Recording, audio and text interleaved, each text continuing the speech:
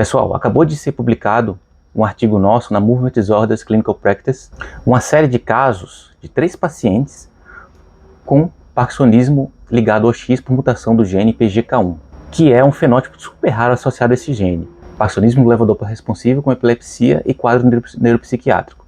Havia 8 casos descritos na literatura antes da nossa publicação e agora há 11 junto com nossos 3. Resumindo os casos, eram 3 irmãos com quadro iniciado no final da adolescência, início da vida adulta, de parkinsonismo levodopa responsivo, 2 deles com um antecedente de epilepsia, os 3 com quadro neuropsiquiátrico exuberante e com piora com a reposição dopaminética, tanto com a levodopa quanto com o agonista dopaminérgico, em especial os agonistas dopaminérgicos. Nos 3 havia algum grau de alteração cognitiva também, variando de leve a moderada. No artigo a gente fez uma revisão sobre parkinsonismos ligados ao X. Eu vou descrever para vocês alguns dos pontos mais didáticos da revisão. Esse era o heredograma dos nossos pacientes, 2 gerações anteriores, só 3 irmãos acometidos, uma irmã sadia e 2 gerações anteriores sem casos conhecidos. Uma forma de você raciocinar em parkinsonismo hereditário é dividindo em 3 categorias.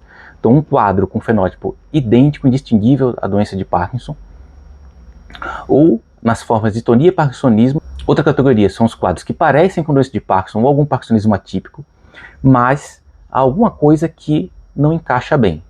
E no terceiro, os parkinsonismos atípicos, que é um termo que já foi cunhado e publicado na própria MDS. No primeiro grupo, a gente pode subdividir de acordo com a herança.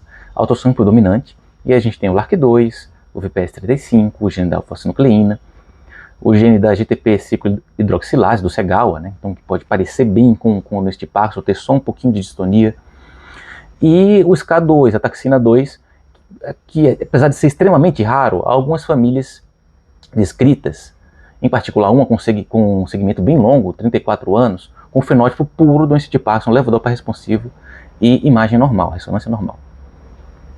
Nas recessivas a gente tem os 3 mais comuns, né? o gene da Parkina, o PINK1 e o DJ1. Na segunda categoria, a gente destacou aqui dois subgrupos de coisas que chamam mais atenção, né? Então, epilepsia, aqui a gente tem o SING1, o DNA JC6, o próprio PGK1 e o RAB39B. Desses aqui, os 2 últimos são ligados ao X. Outra coisa também que chama atenção são os movimentos conjugados dos olhos. Então, alteração do olhar vertical, do olhar horizontal, aqui o gaucher mesmo, tá? E oftalmoplegia externa crônica progressiva, destacando o POG.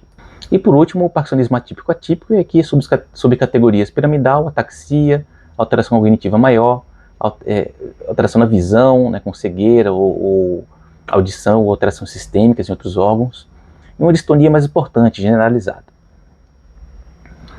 Aí se a gente for pro ligado ao X puro, filtrar, passar uma peneira no primeiro fluxograma e deixar só os ligados ao X, uma coisa que chama atenção, pode lhe direcionar, é a epilepsia. Se tiver calcificação cerebral, pensar em RAB39B, né, início mais precoce na vida também, inclusive.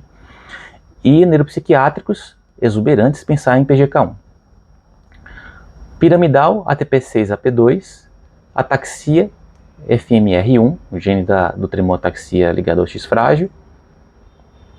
Alteração cognitiva maior, WDR45, que é o BPAN, SLC9A6 e MSP2. Alterações sistêmicas, o Fabry, e distonia generalizada, o DYT3. TAF1. Então, nos nossos pacientes, a gente seguiu o fluxograma da seguinte forma: parkinsonismo hereditário, então o heredograma sugere bem, cai aqui em quadros que parecem muito com a doença de Parkinson, responde bem a levodopa, todos os 3 tinham resposta muito boa a levodopa, mas tinha uma coisa que não encaixava bem, que era a epilepsia. A epilepsia é um sintoma que restringe bem as opções dentro dos parkinsonismos hereditários. Uma herança claramente ligada ao X, a gente ficaria com esses 2 últimos, e com a descrição, né, a idade de início, de psiquiátricos meio exuberantes, o PGK1 fica como a principal hipótese. Então é isso, gente. Quem tiver a oportunidade, dá uma olhada no artigo, a revisão ficou bem legal. Inclusive, a gente dá uma destrinchada maior em cada um dos parkinsonismos ligados ao X. E é isso aí.